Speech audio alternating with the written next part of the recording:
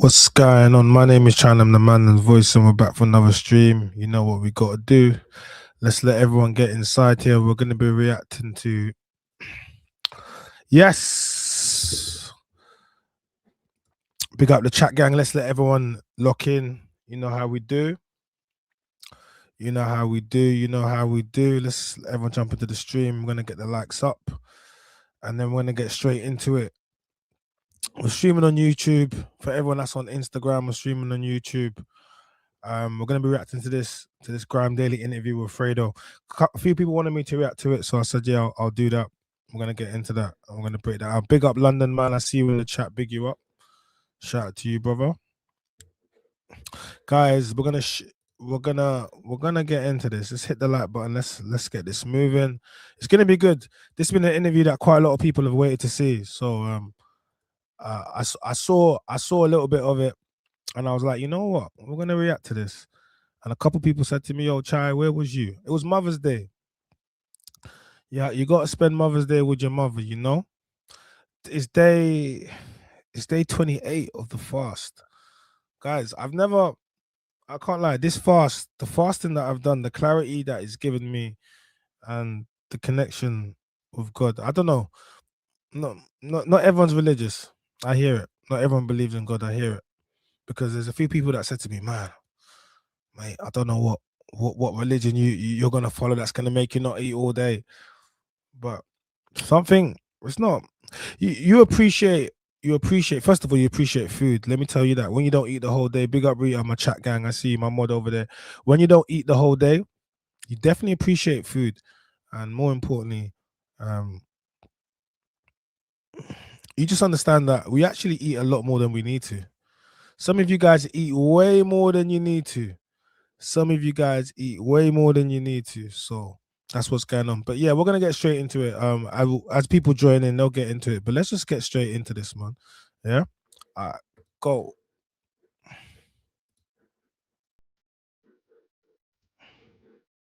There's a lot of deliberation right now in the streets, people at home, their neighbors. Everyone wants to know, is Fredo on the run?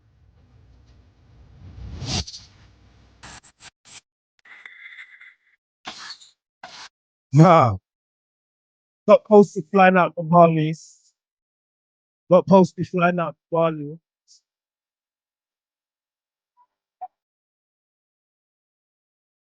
He's not on the run, really. Send me out his way. I feel like this is your first proper sit down, your first proper real long interview. Yeah, I had one, but it was more. It ain't gonna be nothing like this. You're a man that says a few words that travel far, but on this occasion, you're gonna speak more to us and tell us about your story and what you got going on. Yeah. Why now?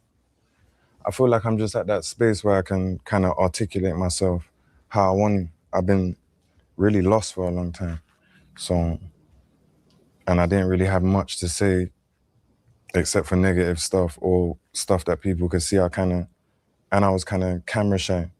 People think, oh, because you rap, you might not be camera shy or whatever, but I always felt kind of, I don't really like the eyes on me, you know what I'm saying? And even here, I requested like, yo, make sure there's not just a bunch of people watching us so we can feel natural. Yeah, that's what it really was. I wasn't comfortable, but I feel comfortable now.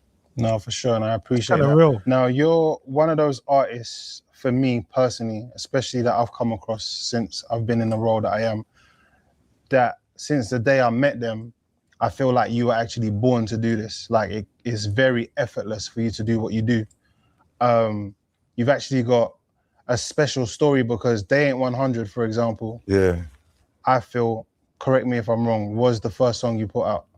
Yeah, that was the first song. And for me, that's like, humbly speaking, it has to be top 20 UK bangers of all time. I'm just saying, it could be top 10, it could be top 5, but it's like, it's a big tune. Yeah, and for that to be your first song that you put out, definitely top 20. A lot of artists don't have that story. You know, a lot of artists have like videos before they blew up. Yeah. How did you feel about that when you kind of became successful just overnight?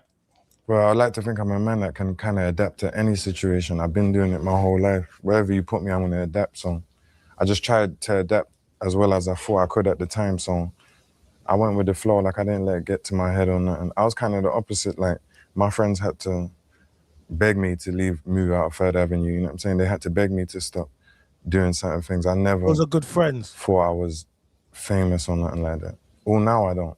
But did you expect that sort of welcome when you dropped the tune? No way. I remember telling the man, them like, yo, I just hope this gets 100,000 views or it's going to be embarrassing. Because some guys at the time that was like from the other area, opposite my area, The ops. they was doing a lot of music and them times they was getting like 250,000 views, stuff like that. And I just remember going on Snap, hearing it everywhere, and I was saying, bro, if these lot can do it, I must can do it. You know what I'm saying? So I just tried that same day in 100, and I got lucky. Yeah. That's crazy. One thing I don't think you get enough credit for, I feel like you really popularized high fashion as a part of UK rap. I feel like, yeah, in the past, there were rappers that dress nice, or there were MCs that dress nice, but someone that really dedicated their style to like high fashion. I remember like 2018, maybe like 2019, maybe even 2017 was a scary time on Instagram if you follow Fredo. Yeah. You know what I'm saying? Yeah. Like each post is at least 6 racks. You go across free. Nah. One thing he's not capping about is, yo, Fredo definitely brought high fashion into rap, and that was without the deal. That was without the deal. So, you know, like Posty's not capping, he's not lying. Definitely that was without the deal. Man, they don't flag it. Nah, man, nah, man, that's all right, man. It's a reaction. You can't flag it. It's original works. No, DVS did first. No, they're talking about, yeah, but DVS did that before Instagram and stuff. So there's a lot of drippy people that were about, but Fredo was about when Instagram was about with the fashion. You know, I hear what you're saying, London man, with the fashion, but we're talking about in current times because there's a lot of people that were really icy and they dripped it out, but who had it? Because if you're talking about that, then really you could take it back to Bushkin and them man there. Off key machine, or even them man, you could take it back to Soul Solid Crew if you really want to talk about it. Like, and they was doing it in a whole different time. But if we're talking about in the Instagram era and Fredo definitely he went hard with the fashion, and this was without the deal. He was always up in Harrods, always up in Harvey Nicks. And so yeah, definitely he popularized it. But there was lots of like everyone that came, lots of people were Gucci that and Louis that. But in those days, it wasn't the way it was now. So that's why you could probably put it down to him. To 12. Yeah. Wait, I'm moving mad. Sorry. That's 6 3 or 18. Yeah, it's like an 18 each row. And yeah, like that was a crazy time. Like it was a lot of pressure he was applying to the streets. Now, what made you want to market yourself like that? And were you aware that that's what you were doing when you started doing it? And while you were doing it, did it start to get like mad expensive? Because that's a hard habit to keep up with. Yeah. Like that was, you was going crazy. Yeah, I wasn't good with money them times. And for a long time when I first started rapping, I just looked at it like free money. Maybe for about 2-3 years before I really started understanding like, yo, this is like your job and you need, because it wasn't my only source of income. So I used to just look at it like free money. For a long time, I was just giving Mouth half of everything I was getting till it, to the point it come like, big bags are coming down. I'm saying, bro, we're gonna have to sit down and re-strategize or something. I can't give you half of this, you know what I'm saying? Do you know how funny that is? He's like, I was giving Mouth half of everything just because I was giving him half of everything. Then when the real big bags started coming in, I had to reassess it and be like, yo, I can't be giving you half of this. But that's just showing you how much love he had for his bro and for his manager, that he wasn't treating rap serious. He was, because he was getting money from other sources. He was literally giving him half of everything. Then when like the bag started coming real crazy, he's like, yo, bro, we're gonna have to reassess this deal. But obviously his brethren didn't care because he was over giving him what he had to give him anyway. But he's just letting you know that he wasn't taking the money serious until he had to start taking it serious. But yeah, so I used to just look at it like free money, but I enjoyed it. That's what I like. That's what I've always liked. Nice clothes, jewelry. Yeah, so. How much money do you think you spent in that period of time on clothes? Bro, expensive. A lot of money. It looked it. Yeah, a lot of money. I wouldn't do that again. It looked it. I literally saw you make Fendi popular in the UK. But I like what I like. I remember I was fucking with the tees with the eyes. Yeah. Yeah. And sometimes it's just about putting it out there, you know what I'm saying? Like, I'm not like the creator, you know what I'm saying? I see certain man with certain things, I'm like, yo, that's hard, and everyone gets it from somewhere, you feel me? But yeah. Now, you were a part of one of the strongest UK labels I've ever seen for rap. Yeah. Since '93. Yeah. That was an epic label. It had the likes of you, Asko, Lowski, H. What was it like being a part of that label, especially as one of the strongest members of that record label? What was that experience like for you? It was nice, you know. I learned a lot, and I know a lot of people have bad things to say about labels or signing, because that wasn't distribution. That was like, I gave them my albums and they'll own them and they just paid me. But boy, Ricky and Glenn, I couldn't even ask for no one better, but they didn't shelf me or ever say you can't do this feature. Or I only got good stuff to say about them. So that was a nice experience. And if I could go back, I would still do it again. Yeah. Yeah. And what was the competitive nature like? Because obviously there's a lot of heavy hitters over there. It wasn't even like that, you know, because at the time it was like everyone kind of had their lane. Lowski was doing the drill rap and he had that lot. H kind of came in like on a whole different vibe, you know what I'm saying? Like a talented rapper who's white, so it was a bit different. And he's from Manchester with the accent. And then me just rapping. So it wasn't even like that. Yeah. Yeah, it wasn't even Oh like yeah, that. Asko wasn't since '93, he was managed. Yeah. He He wasn't actually with them. And I think even that, he went to jail quickly after that. So I remember when I was there, the main artist there was Lowski and H. Yeah. You and Asko have maintained like a good relationship for a very long period of time. Yeah. What is it about him per se that you gravitate to and vice versa? I think we're similar in a lot of ways. No, they're definitely I think similar. That's mainly what it is. We're similar in a lot of ways, but I just fought with him, you know. I've met a lot of people on the journey, but Asko was one of them that I'm locked in with for sure when it comes to rappers. A couple others as well, but for sure. I think we're just similar. Yeah. What's your favorite straight drop? Straight drop, Free. But my joint, Zuvi. That's my Asko joint, yeah. Yeah, you know what, yeah? If Asko didn't go to jail, his career would have been a way lot bigger. Like, he should be on Fredo trajectory because Asko was, remember, was it Playing for Keeps, the track that they had together before? So, and then Asko obviously got locked down for the county lines things, and then it definitely hurt his career. Whereas Fredo, you know, he's been out and you're able to see what he's able to do. So yeah, definitely him and Asko, definitely I can see why they're locked in and that friendship makes sense. Yo, big up Thierry, I see you, bro. China Day, I see you, bro. Big up Chat Gang, I see you. Hit the like button, let's go. You've always been part of the talk of the town in London, especially since the start of your career. Yeah. As per usual, nothing's changed.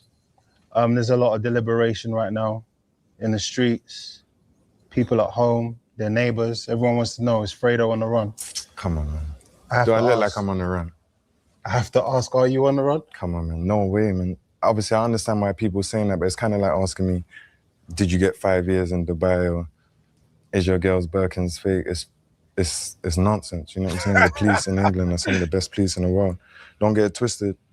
The man them had a situation and my name was kind of involved in it, but they don't get me involved in whatever they may or may not have going on. So my name was involved, but as far as being charged or being on the run, like, England's got the best police in the world. I ain't on the run. And what he's saying is true as well. It's like, end of the day, is like England has got the best police in the world. If you're in Bali or Thailand, wherever you think you are, and you're really on the run, then those aren't the countries to be on the run in, because it's not like they can't come over there and find out where you are. So even this interview now, if he's truly on the run, why would he be doing an interview on the run like this with someone like Posty, who's a businessman, legit businessman? If the police started pressuring Posty, it will put him in an awkward position. So yeah, I don't think he's on the run. But we'll listen to what he has to say, because if you're on the run and you do, well, to be honest with you, that other guy, D-Sav, he was on the run and he did an interview with Alhan, even though it's not the same thing, but he did an interview and he was on the run and he escaped jail twice, and he actually did an interview. So yeah, people it's a mad. Guys, if you're watching this, if you're ever on the run, don't be doing interviews if you're on the run. I'm around, you know what I'm saying? So are you saying that you're not concerned at all with your name being on the indictment? No, because a lot of guys' names was in the indictment that it didn't go that way, you know what I'm saying? It's complicated, it's my whole area, and I just feel like, no, I ain't worried about that, bro. I haven't been charged, so, and they would have told me if I was gonna be charged. Remember, I was on bail for this. I only was able to fly out to Dubai to go do a show because they let me. They wouldn't do that if they know they was about to charge me. You know what I'm saying? So no.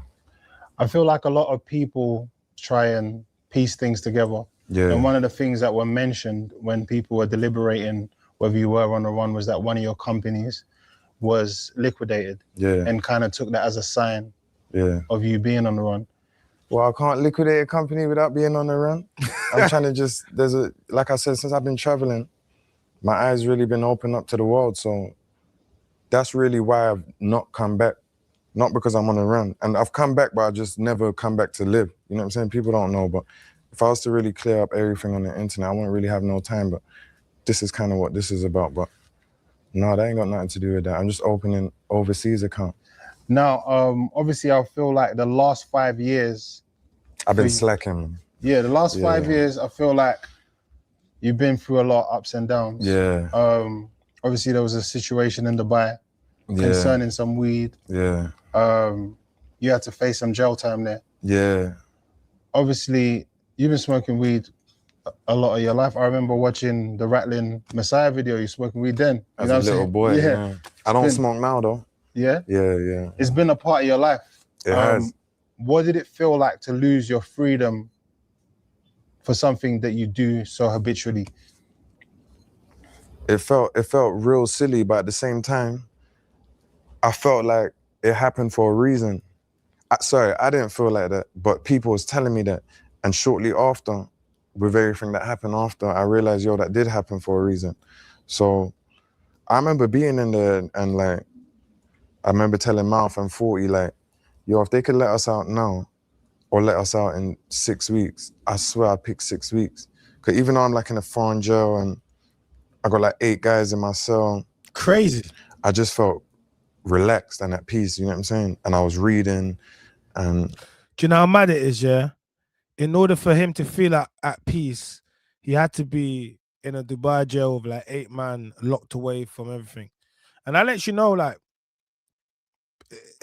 in order to feel at peace, he had to be locked away, you know, in a Dubai jail with surrounded by 8 men, just in order to feel like peace. And that kind of lets you know the life he was living and how it is for some of these guys. That the peace he got and it was when he was in jail. But yeah, we'll get straight back into it. And once I got there, I knew the maximum I'm gonna do is 3 months, and then I'll be out. So once I realized that, I was just chilling. And in terms of the weed, yeah, I just told myself, like, you're here for weed, like, is it that serious? You know what I'm saying? A silly mistake. I didn't even intentionally bring it, but still. Was it 3 months you did? It felt longer. No, it was 3 months. It was 3 months. Not even 3 months. It was just under 3 months. Okay. Yeah, but you know, again on the net they're talking about I got 5 years. When they all posted I got 5 years, I'm out. I'm out and about, But don't listen to the Yeah, we internet. saw the video on the mall. yeah. What would you say is like the main difference between being in jail in Dubai and being in jail in London? The hygiene. You know what I'm saying? I didn't get no fresh air the whole time. I didn't go outside once. The hygiene's worse in Dubai. Yeah, way Okay. worse. The prisoners, jails in England is kind of like, it's man-them, you know what I'm saying? So you can relate, these jails you're in, it's real foreigners, you know what I'm you saying? don't want to go Fresh people jail from like overseas. a lot of Africans and Asians who No, are the fresh. Africans and Asians So like fresh. their people skills are different to yours. A man might just, you be in the shower, a man might just cough up a phlegm, spit it right on the floor right in front of you. They're different, you know what I'm saying? So he's saying, listen, like being in jail over there, people's hygiene is not the same as being in the ends with the man them in jail. He's like, you got a lot of fresh Africans, Asians over there, and things like they'll be in the shower, they'll just cough up a phlegm and just spit it right there. Like that's grimy. But what are you gonna say? You're in a foreign jail. This is how they are, innit? So I know it was smelling funky, and he was saying he never got no sunlight. He couldn't go out. So that was definitely smelling hella funky. Yeah, they're different, yeah. And you're But saying it's not violent at all. Yeah. Yeah. And you're saying you use that opportunity to quit weed. Yeah. What do you feel I like? use that opportunity more than just to quit read. I started reading them times, and I just used it as a reflection time. And when I came out, I said I'm gonna do certain things, and I done them. Like make sure I don't smoke no more. Start training, and yeah. We spoke about the differences between London jails and Dubai jails, but come on, man, there must be like some experiences from the Dubai jails that. Brother, let me tell you this, yeah. We landed. So a lot of people don't even know this as well. If I'm on the run, it was the English police that informed, or I don't know if it was the police or the airport, but informed them like, yo, these guys are gonna have weed. When we landed in Dubai airport, feds was on us. Of course. The Dubai feds. It wasn't no question. They're just saying, yo, we know you got it. Your country told us, where is it? We want it. We're saying, bro, we don't know what you're talking about. They're saying, yeah. Took us to the airport jail kind of thing for an hour or so, then took us to the hospital. I'm handcuffed to a bed by my legs and my wrists 5 days straight. I'm on shit watch. I can only come out this bed to shit in a yellow bucket in front of 3 Arab men. This is in the hospital? Yeah, but it's like it's in the hospital, but it's like a special wing that police are at the entrance of the hospital. Yeah, like everyone it's not here worth it, man. is detained basically. They're not free. We're all handcuffed to beds. But why are you in the hospital? That's crazy. Because I panicked. So when I realized, I got weed on me because I just was in Spain. And then I come back quickly. I just shot straight to Dubai and I still had some weed on me. So when I'm on a plane and I realized, I got weed on me, I just swallowed it. What? And then how much? They've obviously known. So once they've searched our whole case and they're saying, so where is it? I'm saying, we don't know what you're talking about. They're like, you want to do this the hard way or the easy way? We're saying, boy, we ain't got shit. So they're like, So they took us to the hospital, the main hospital. And I was on shit watch 5 days. After about 3 days, we just gave it to them. And then, I'm wait, thinking, how much years am I going to get for this? You know what I'm saying? He said I was on shit watch. After about 5 days, we just gave it to them. What do you mean you just gave it to them? So what's he saying? He basically shut it out. But how much weed was it? Like, what do you mean you just gave it to them? We just gave it to them. You definitely had to shut it out. That's crazy. How much weed was it? And once I got to the jail after the day 5, and bro, I've been in all kind of situations. That was the maddest. I'm talking about in a hospital bed, handcuffed by your legs and your wrists to the bed, and you're just in here, no TV, no nothing. And bro, 24 hours apart from when you need to go to the toilet. Yeah. Nuts. It's the only time you can get up, and you're shitting in front of 3 of them. No shower, no none of that. And then by the time I got to jail, I was happy to get there. You know what I'm saying? At least you can sleep in a bed and got TV and all that. And I'm not handcuffed. And even when I'm going to the toilet, they're putting them same handcuffs on, like them leg cuffs. You know, they don't have them in England, like leg cuffs. These things dig into the back of your heels, like you can't even walk fast. So it was mad. But then when I got to the jail, they was like, I told them how much grams I had and all that, and they're like, oh, you'll be good. You'll be out in 3 months maximum. And that was it. But then I come out and everyone's talking about I got 5 years. And so yeah, the internet is but I wouldn't mind, you know, just speak the truth on me. I wouldn't mind like bloggers or whoever talking on me, but for some reason, it's always some bullshit. You know what I'm saying? That's why even with the run thing, it's like, what do you want me to say? I'm not on the run. Can't you see I'm flying everywhere? Like, you can't hide from England if they want you, especially like, I'm a rapper, you know what I'm saying? They're probably just looking at it like, my name was in it a lot because I'm around them a lot, but at the end of the day, they got most of my area. Before this case, a lot of guys in my area was in jail. Now they basically just cleaned up. They're probably just looking at it like, we done our job. He's out the way. He's not really a problem anyway. And even if I was to come back, there's not really a lot left to even come back to on that side of things. So all that being on the run shit, like, I ain't on the run. So what you can confirm, as you mentioned earlier, is that you have been back a couple times for your daughter's birthday. You just haven't promoted it. Yeah, I ain't promoted it. So you've been back on England soil and you haven't been troubled? No. Yeah, well, I've been back. I remember I never got charged in the first place. Russ's name's in the case. He's about in England. He ain't been charged. They're saying that Russ is the one who called and said someone's here, and then they're saying my guys went to go and try and see that person. He ain't been charged. So again, it's just like, because I ain't spoke on it and my name's on the case, they're just gonna say, oh, he's on the case. But Russ's name's on the case. A bagger man's name's on the case who didn't get charged. They know who they want and whatnot. They're gonna put my name on it. I don't really know why, maybe because I'm close to them or they wanna make me look bad, but they know I don't get involved in what any guys in my area got going on. They come like into my world, I don't go in their world. They wouldn't even bring me in. And that's why I've been out here for so long with them and it's been fine. And a lot of my friends have been in and out of jail my whole career, all of them.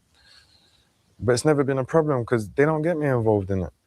I don't need to. Like, I don't need to tell these guys, go and do something or don't do something. They're men, they're gonna do what they do. The best thing I try to tell them to is, yo, don't hold them red bandanas in that video. It looks bad.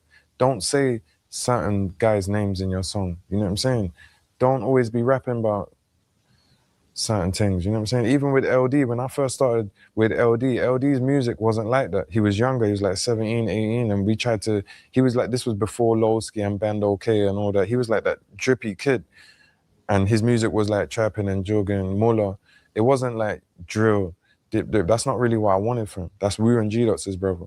But you know, once he comes of age and that's the music that his generation's making, and probably guys are talking about his brothers and songs, and you know, that's how it goes. But if you actually look from when he was signed to my thing, he wasn't rapping like that. And I understand why, but I always tell him like, don't do certain things. But they're gonna do what they do, but. And look, and now look, Little Dots is currently in jail for how long? So it's just, yeah, the young G's will do what the young G's want to do. But at least he's saying that he was trying to advise him to go a different way. He chose not to go that way. He's a man who'll pick his own way. But at least he tried to guide him and tried to steer him in the right way away from that style of music. But he chose to go do that music, and unfortunately now he's currently in prison. I've really tried to bring positive to my area because there's enough negative. I don't need to I gotta tell these guys, oh, please don't do that. Or bro, don't do that. Or bro, you just come home, don't do that again. I don't need to make these guys worse, you know what I'm saying? I'm trying to make them better, which I've been doing. If I can, if they want to. A lot of them just don't want to, and they're gonna do what they do. But if they want to, Capo, Mouth, John, couple others, but they've been caught back in situations, Maestro, the ones who like are not just fully in deep in the road and want to do different things and go different avenues. I'm there for that, you know what I'm saying? And it's not just those sort of guys in my area I show love to. I grew up with a youth called Traj. He's been uni his whole life, you know what I'm saying? He hit me. He needs anything, I got him. You know what I'm saying? One time I got him a G-Wagon for his birthday, he crashed it with Harris. I had to give him 10 bags. I'm not onto him or nothing because it's not just that side of my area that I cater to. Like, the guys who might be bad. Yeah, cool. I grew up with them and whatnot, but remember this thing got serious once I was already a big rapper. And when I came into rap, yeah, whatever, but none of my friends had been shot and killed. You know what I'm saying? Billy got shot and killed.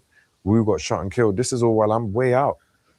I got #1 songs, living in Hadley Wood with footballers as neighbors and all that. Ooh, he was living in Hadley Wood, yeah, footballers and neighbors. So listen to this. So he's saying, listen, when he was about, it was serious, but it wasn't as serious. But when he's left now and he's now having #1 hits, and now he's deep in music, now his friends are getting shot and, you know, being murdered and lost their life, and they're losing their lives. So, but these times he was living in Hadley Wood, and that's in North London, Cockfosters. That's very nice. Also adding about footballers, but at this stage you've changed your life, but the ends, look what's happening in the ends. So 1 foot in, 1 foot out, like Nine said. So this ain't really what I signed up for. It got real serious in my area once I was out, and I'm just a rapper. There's not much I can, you know what I'm saying? It wasn't like that when I first came into this thing. It wasn't serious like that. And so people gotta understand that, the police gotta understand that I didn't even sign up for this. And but it is what it is. Yeah.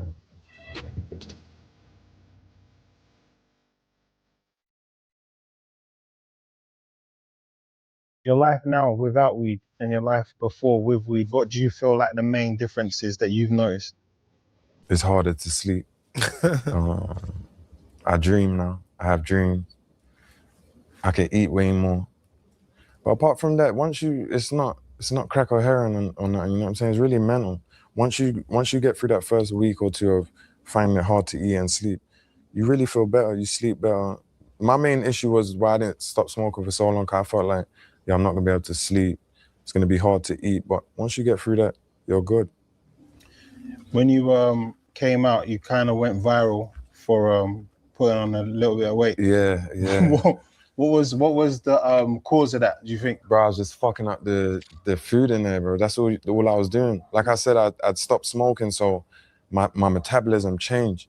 But I'm just eating the same. Like I never had to worry about what I eat or if I drink a fizzy drink, but I had to start worrying in there, but I didn't. So I'm just eating whatever, feasting in there. 1 week I buy all the Arabic, Muslim people food, next week the African. I just feasting in there, a lot of chicken, a lot of biryani, like I said. I was eating chicken and How did you drop the biryani. weight? Because you're looking in good shape now. So here's where it's complicated. I started smoking again. Yeah. And then just to drop the weight, because I know how it is. Once you go through them munchies, you'll drop the weight. So I just was training and I dropped the weight, but I think that was just a bad selfie. I wasn't as fat as like people was going on. You know what I'm saying? I put on a little something, but No, but I saw you weight. post something when he said, "Rah, I was fat." Do you remember? yeah, compared to now, but people Yeah. was talking like I came out like Rick Ross or something. You know what I'm saying? Nah, I was just a it wasn't that bit crazy. Yeah, I went. It wasn't that crazy. Yeah, it wasn't that hard. We saying they was looking at you different in the streets. Yeah, they're was talking about. Or was it the same? No, I'm saying in real life. People were saying the weight suited me. Oh, is it? Real talk, people were saying that in real life. But again, the internet's the internet. Yeah. They were saying the weight suited me. Yeah. Obviously, your brand, your name, your identity, it all relates back to Mozart. Yeah. That's been heavily promoted and affiliated during your music career. Yeah. What would you say it was like growing up in Mozart? It was fun, you know? Yeah, it was fun. It was fun. So I grew up there, but I had to leave. I done year 6 and year 7 in Hertfordshire. Like my mum moved me out. And then when it was the same out there, she brought me back and I came back in year 8, but to the same house in 3rd Avenue, my uncle stayed there. So we always had it. And that was like the biggest change. That 2 years when I left, it's like, before I left, it was just like playing out, water fights, playing with lighters and gas cans and all that. And then when I came back, they're talking about, yo, this is Mozart and we can't go there. And I remember coming back and they're throwing pounds at the wall and I'm saying, it was a lot. I remember going to my school and I just came from school in Hertfordshire, so I was like that London naughty kid from the get-go, how they're looking at me. When I came back here, I just fit right in, you know what I'm saying? The kids was way naughtier than me. But it was fun. It was real fun, yeah. What do you think? So he was getting into trouble and on his ends. He got moved. This is like kind of reminds you of Fresh Fresh Prince of Bel-Air when he gets moved out. He got moved to Hertfordshire, went there for 2 years, and he was a naughty kid. And then he came back, and when he came back, that's when all the Mozart issues was, and he was still a boy, but his badness wasn't nothing compared to the badness that was going on the ends. Is the impact or effect that Mozart had on you? What do you think Mozart made you?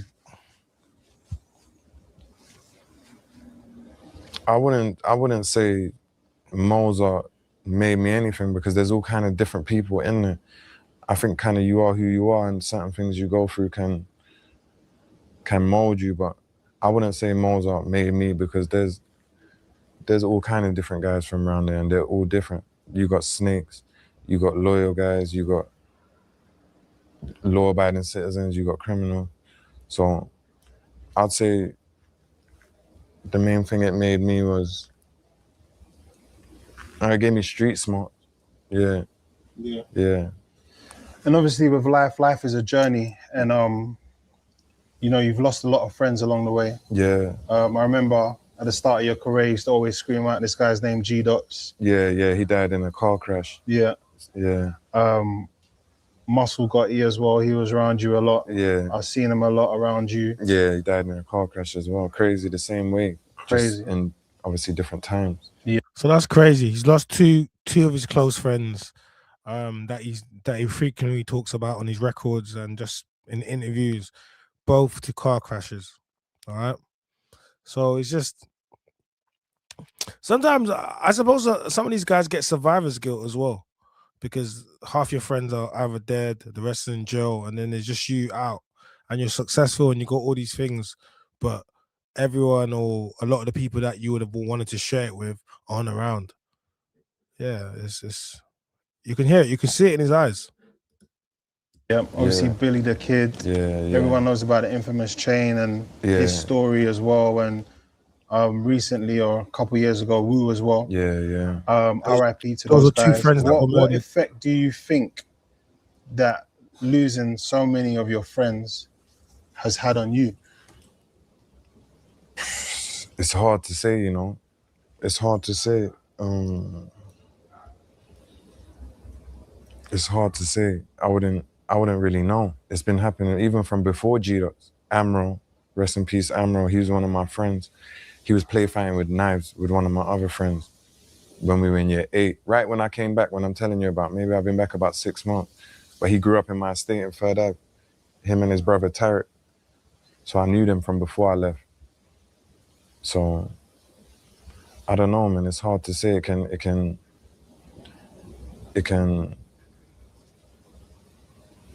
take you like down the wrong paths and put you in the wrong mindsets. You know what I'm saying? Like my last couple projects, I feel like they've been really dark, and without me really even realizing, just because that's the mindset I'm in. Now, like this next project I drop, you're gonna hear like a different style of me, but it's hard to write music when stuff like that's going on. It's the environment. I feel like The environment. one of your friends actually, who's still here, there was a time around those times where you blew up, where a lot of artists were coming through and their friends were managing them. Yeah. And Mal, for me at that time, during that time, really stood out to me. Yeah. He was like my favorite friend manager. Yeah. Because he's like very down to earth, super humble, very respectful, real chill, knows what he wants to do. You know what I'm saying? And he just gets the job done. Yeah. How important was it for you to have Mouth in your corner? It was key, you know. Yeah. It was just as important as anything. The most important thing, really, especially at the start. He knew music way more than me. He knew the industry more than me. He's the one who told me. When I done 100, I done another song, and I want to do the other song. And he's like, no, do 100. Furthermore, he's the one, 100, like 100. That part, it wasn't even a hook. Mouth saying, yo, that part sounds catchy. Chop that up and put that in all of it, you know what I'm saying? So he's been that key right from the beginning. Everything that Mouth's your guy. Yeah, it's hard to do. Because that everything song I blew do and you try up. and juggle it, and I wouldn't have been able to without Mouth, for sure. You know, for sure. I remember one time we was in Paris on some campaign, and Mouth was just telling me how much lack of knowledge that you had on UK artists that was like there before you. Post, I Like, swear, a lot of people think I might know something and I don't know. Even like, not even just with music, just guys or whatever might be going on. People might be thinking I'm thinking about them, and I'm not thinking about them. If I was, or I just don't know. You know what I'm saying? There's a lot of stuff I don't know that people might think I know. But then I know a whole bunch of other stuff that people be shocked. Like when in my spare time, I like to listen to documentaries and. I like documentaries, nature, space. But one thing I do want to say is Fredo's talking about his manager. His manager now is his friend. Like his manager is his friend, the same friend that he was on the block with, right? The same friend that he was giving half to, when that's way more than the manager's percentage. And then obviously when the bags got bigger, they reassessed it. But he's just showing you that, look, this is a true friend. Like, he helped me on the record. He gave me advice. He told me, no, actually do it this way. So when you have a real manager, a real friend, and that was before the money. He's talking about from the A100. So that was his breakout song. So with the right team, you don't need a professional manager. You just need a friend that's going to go hard for you. They're going to promote you. They're going to go everywhere. They're going to learn to become a manager on the job. That's all you need. For a lot of you people, you just need, like, a lot of you people, it just comes down to your network around you. If you have a good network around you, a supportive network, people that believe in you, majority of us can do the most. But if no one believes in you and you got to do everything by yourself, it's always harder. It really is. So some of you people, you don't got to be the artist. No. Remember this, you don't got to be a footballer. You could be a football agent. You could be a coach. You could be a physio. There's so many other roles you can play to enable that footballer to become what they need to become. Do you understand? But if you just all focus on being a footballer, listen, you will miss out on all the different jobs around that go to make a footballer become what they are, because they don't become what they are by themselves. So just for everybody else that's listening to this, back your brethren, support them. And I love basketball, so yeah. But when it comes to, I didn't know a lot. Yeah, and I remember, like, your knowledge on other trivial stuff is heavy, because I remember one time I bumped into you in a restaurant. I don't know if you remember, I was downstairs. Many years ago. Yeah. And I just... What's that? It begins with K? Yeah. And I just kept hearing you talk about space in the restaurant. I'm on that, bro. You was talking about space the whole time. I'm on that. I'm trying to learn. Yeah. That's what I realized I like to do. I like to try and learn. Yeah. So especially about life and where we might have come from and where we might be going. Especially, that's something you could say, like, a lot of my friends as past, it's made me really wonder about, like, religion and life and what might happen before, what had happened before, and what could happen after. So I like shit like that. Yeah. Well, we touched on one of your managers, which is Mouth. Yeah. Another one of your managers is Sincere. Yeah, big up Sin. Yeah. And he's doing really well right now. I believe he's in business with SD Kid, who's like the biggest thing in the UK right now. Crazy. How did you guys get locked in? I've heard a rumor that he turned up to your block with some weed before. Yeah, half ounce of weed. Is that what sold it? That's what sold it. Yeah, he pulled up to Trap Spot. I'd just come back out and I was shooting a video. He pulled up. I remember he gave me some weed for free. He didn't sell it to me. Just like, yo, hold that. I like how he said that. And then remember, it was a lot going on. I just come out, so he didn't really say nothing to me. Not incriminating him. So then the next day I've hit Mouth like, yo, who gave that weed? That weed was good. And he's like, yeah, it's a man called Sin. Them times there, obviously, he wasn't a manager or nothing like that. He was just known as being a rapper, and he had his clothing brand. So I was like, yeah, no, that was love. Them times there, when I first started, I'm not used to getting nothing for free. So even if guys will give me a free 5 of weed, I'll be grateful. So he gave me like 14 grams. So I hit him and I was like, love for that. And I wanted more. So then, I linked him. And the way he come at me, he was like, listen, I want to manage you, but I don't really I haven't done it before, but I got links, rare, but I don't want no money. I don't want to sign no contract. I'm just gonna show you what I can do for 6 months. And then we take it from there. And I just like the way he come at me like that. And I needed a manager. And I thought, boy, something just told me, fuck with him, you know what I'm saying? The way he came at me, how he carried himself. And I never heard nothing bad about him or nothing. So we just went with it, and yeah, that was it.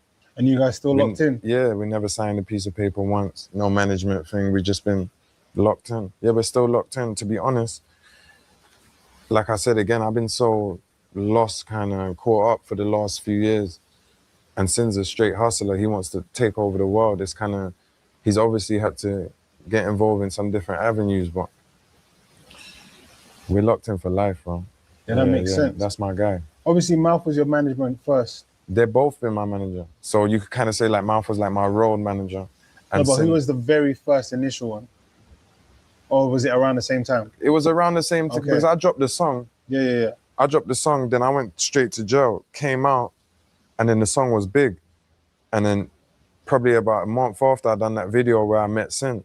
So I was with Mouth from the start, but maybe I done about 2 or 3 club shows before Sin came as management. But Mouth's obviously been with me from the start. Yeah, that makes sense.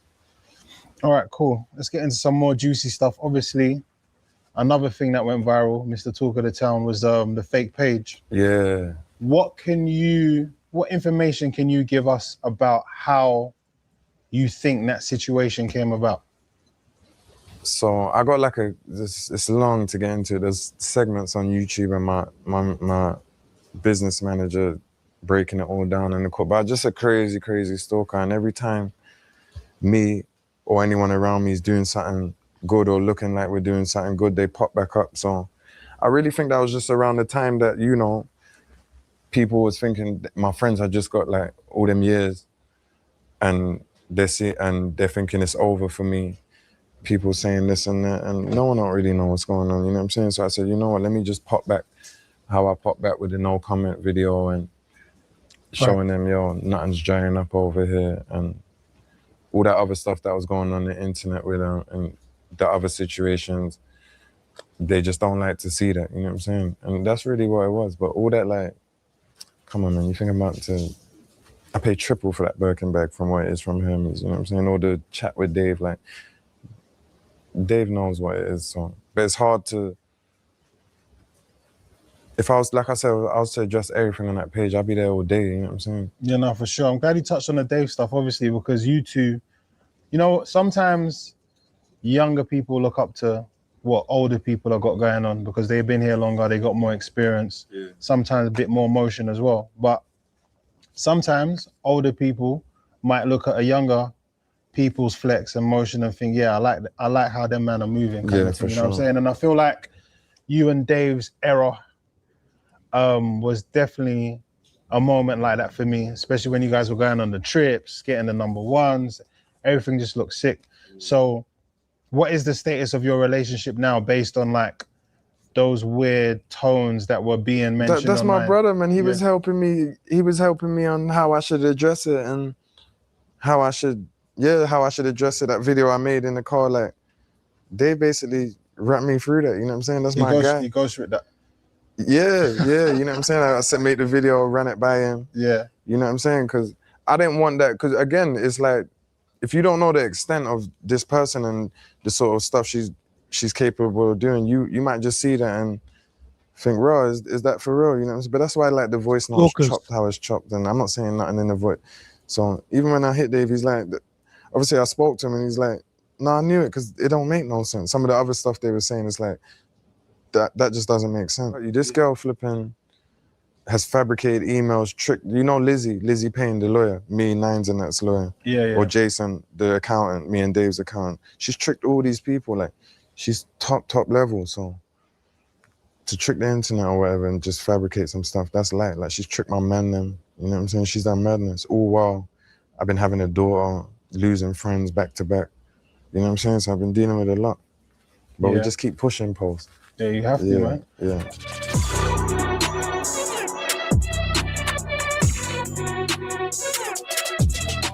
Something that was actually quite epic as well, monumental, it seemed. I remember that that day when we were all on Instagram and we saw a picture of you, Nines and Scraps. Yeah, Obviously you'd been quite established for a while. yeah, Nines has obviously been here for years. yeah, And I'm not really sure how Northwest London works. Like I'm in West London, I'm not an expert, yeah, but I feel like it was probably monumental, like someone that heavy in Church Road standing next to someone that heavy in Mozart. yeah, And it seemed like you guys had started to build like a sick rapport. yeah, yeah, for There sure. was a lot of talk on a potential album or a potential mixtape. First of all, how did you guys build a relationship to start with? And whatever happened to that album? For So real. how we built a Streets been relationship was, waiting, man. again, Mouth's got family in Church Road. But we used to be young, and some of the older guys in our area didn't get along with some of them.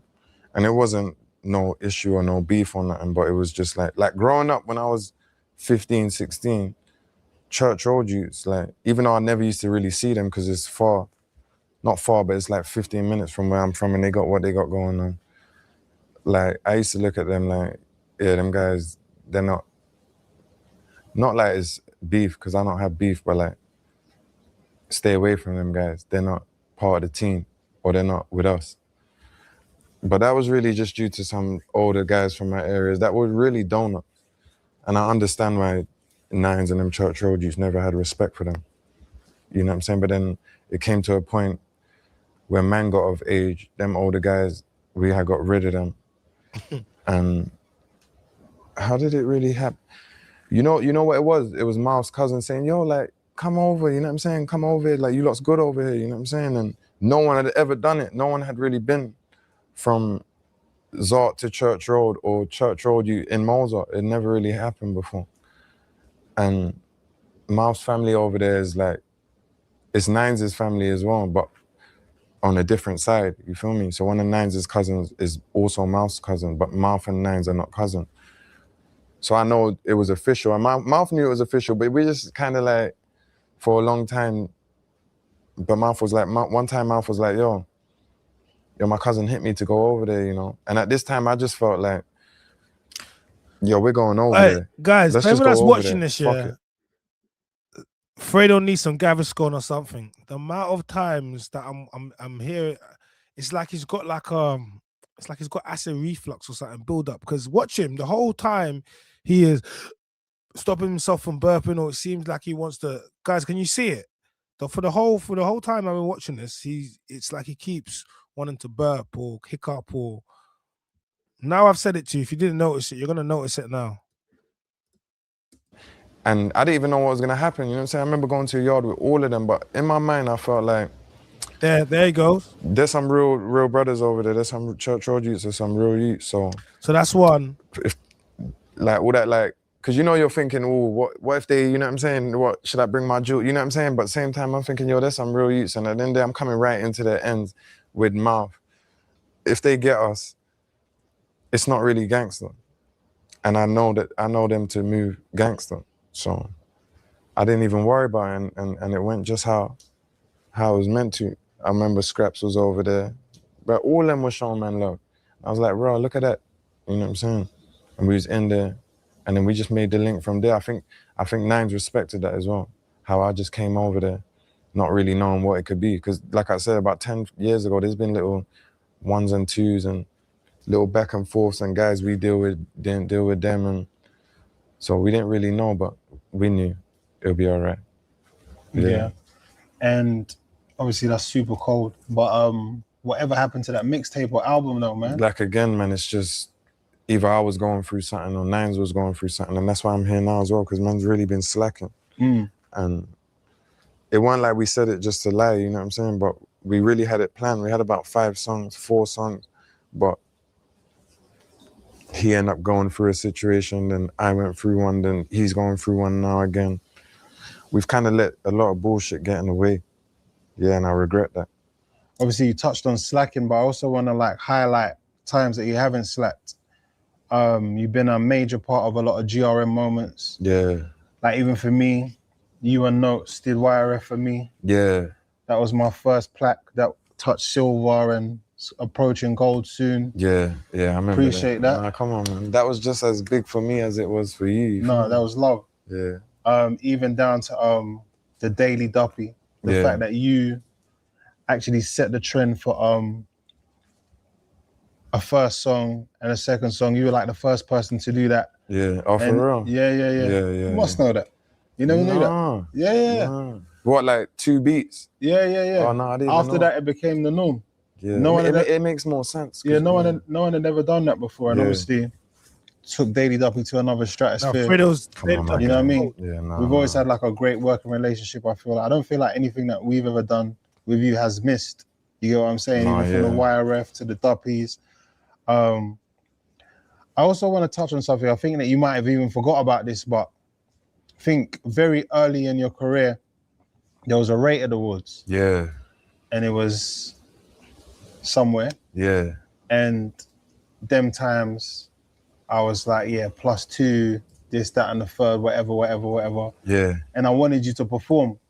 And in my brain, at the time, obviously, you're huge now as a rapper, pause. But at that time, you was just really emerging as a superstar kind of thing. You know what I mean? I think it was like two songs in. 2 songs in, maybe. Maximum. Yeah. Well, and I swear, I never just had 100 them time. No, I reckon you had a second the job. next one. Yeah. Nah, you could. I might have got you early still. No. It's got to be 2 songs. Maybe. Yeah, it might be 2 songs in. I won't give myself that much credit. And I just felt like, in my brain at the time, I was like, I could see who you was at the time. So I was like, yo, I need to come do this award show kind of thing. It's going to be a sick look for you. Yeah. And I was gassed to come there, you know. Yeah. And then I remember that you was kind of letting me know that that area is not probably the best area for you kind of thing. Yeah. And I feel like you taught me a lesson, because I remember thinking that what I thought was the best for you might not have been the best for you. It definitely wasn't. Do you get what I'm trying to say? Yeah. And yeah.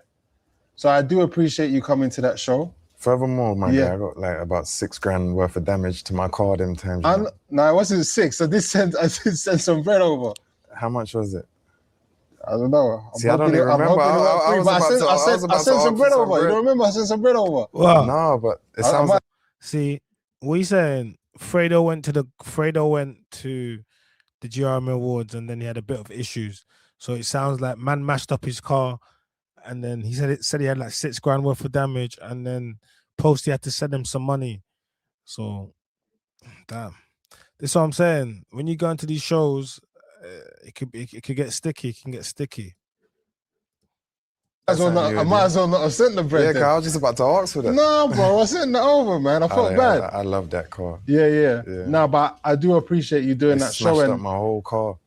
No, I do, because you even knew that area was tricky for you, but you still came 2 man up, put your career. No. I was with 4 man. You was 4. Yeah, I was with 4 man. Yeah. That taught me a lot as well. Yeah, that taught me. That was the first time I ever went to a show, and obviously that was the first time my name was on a flyer somewhere. And yeah, but I came out and there was 20 man out there waiting. Mad. So that taught me a lot about how to move. Yeah, don't listen to Post. And don't listen to them when they say, nah, it's calm. No, my bad, for sure. No, because you're responsible for your own safety. So if they tell you it's calm, yeah, it's calm. But if something happens to you, they're not, you hearing me saying I sent you some money for your car. He's like, it's like $6,000 worth of damage. He definitely didn't send him $6,000 worth of money, right? So, man, you're responsible for your own safety. All these promoters and all these people and all these things that say, oh, your safety. No, you're responsible, because when you come outside and you see 20 man outside and then your car gets smashed up and the rest of it, what do you think they came to do? You understand? So that's just the reality of things. When people come down, that's just the reality of it. So, for anyone that's not a virgin to the roads, or to just what it means to be a man, or to have any type of conflict, when people come down, yeah. But we'll let Fredo carry on telling the story.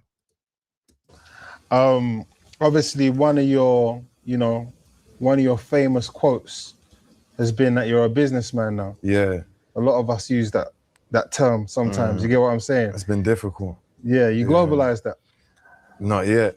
No, you're cooking, bro. Obviously, one of the major things that you were involved in was kick game. Yeah, When I'm people- still involved. A lot of Okay. people might have got it twisted. I still own a percentage. I've just fell back from the activations.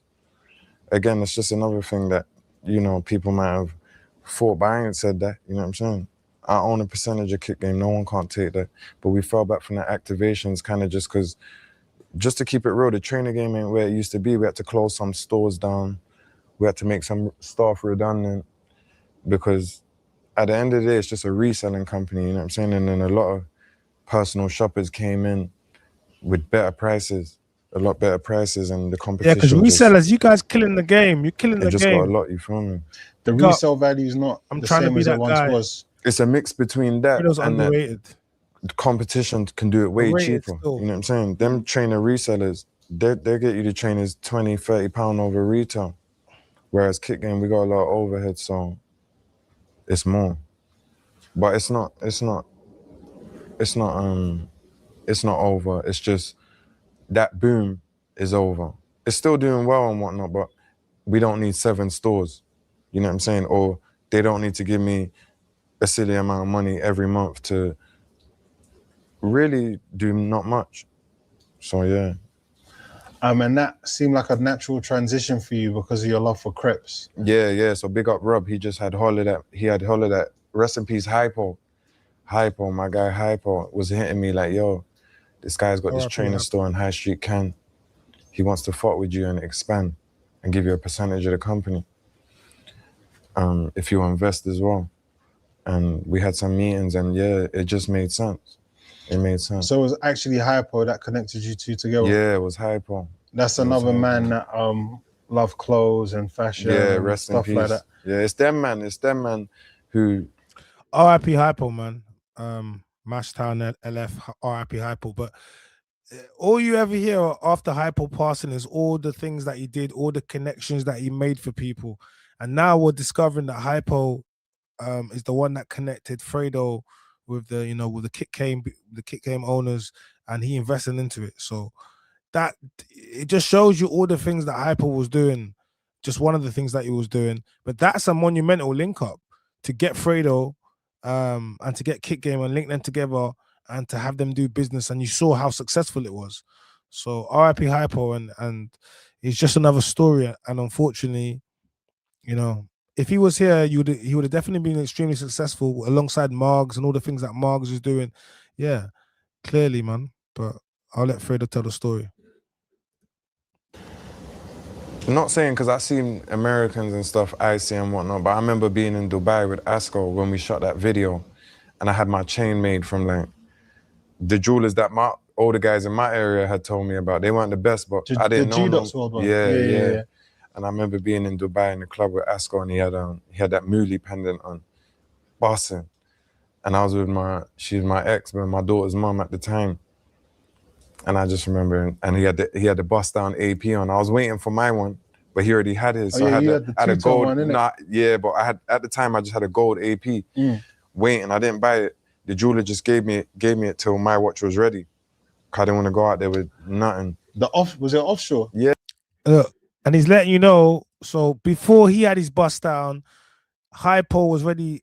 Hypo already had it, and obviously Asco had it, and it was icy. So he got his first chain made by some of the jewelers that some of the olders on the block told him to get it done by. But when he's seen Hypo and seen the Mooley chain, he's like, nah, like he wants to F with their jewelers.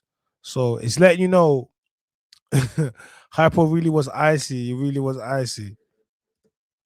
Yeah. I remember, and yeah. around them times, I remember you could have got a stainless Protect for like 17 bags, and I bought it. And then didn't you give it back? I bought it. No. So basically, I bought the Protect for 22, 5712. Yeah. That day you and Blaze shot that video. And then I wore it for like 2 weeks, but none of the girls knew what it was. Yeah. So I took it back and I bought the Rose AP. Yeah. When it first came out. Yeah. Go on, Posty. Hey, Posty said he bought the Patek. He bought the Protect stainless steel for 22 bags, but then he had it for 2 weeks and the girls didn't know what it was. Posty bought it. The girl didn't know what it was, so he got rid of it and he went and bought a gold AP. K-Sid says, I'm a trainer reseller. Big up. Anybody want any kicks? Oh, you guys are the ones that ruined the game. You are the reason that the game is all messed up right now. All messed up right now. No, we don't like you guys. You guys, unless you're giving it us for the on the low, but not on the. No, you guys you messed up the game.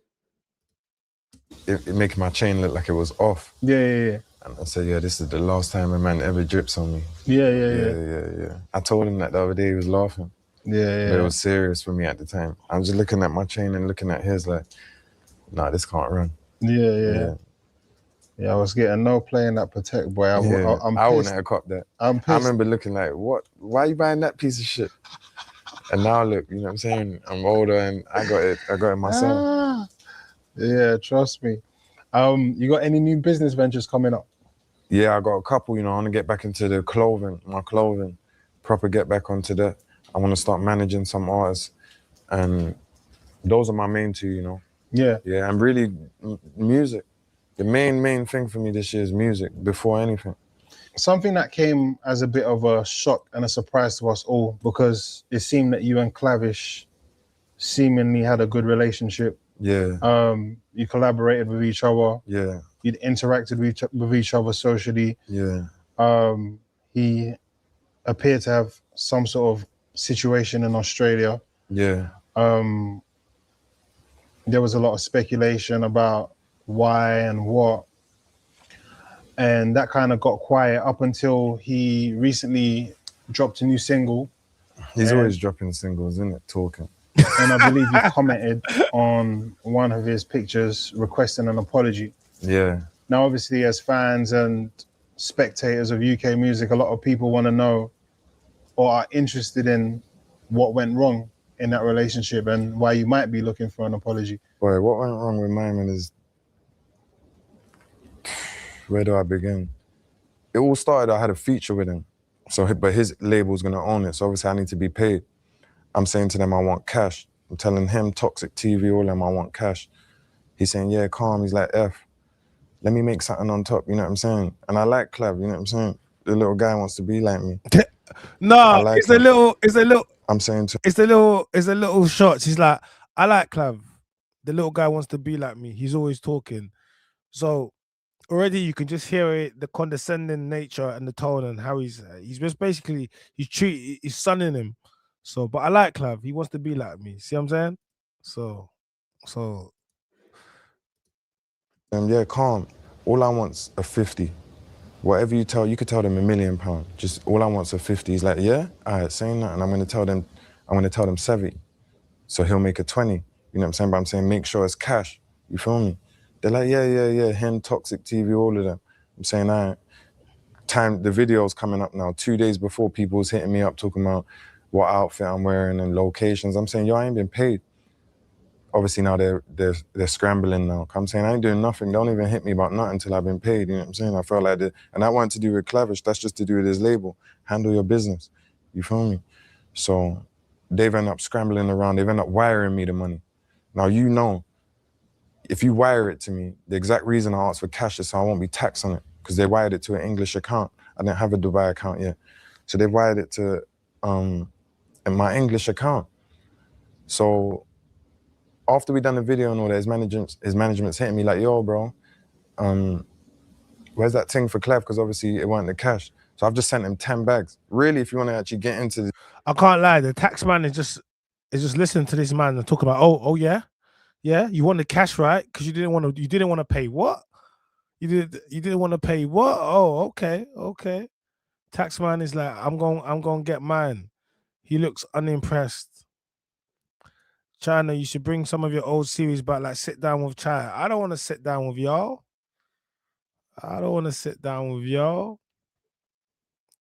Nah, I got a couple things in the pipeline. I got a couple shows, a couple things in the pipeline.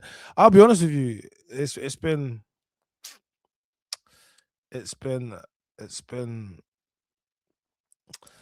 Lots of opportunities are coming through. Wait, before I get into this, guys, do you know what happened to me today?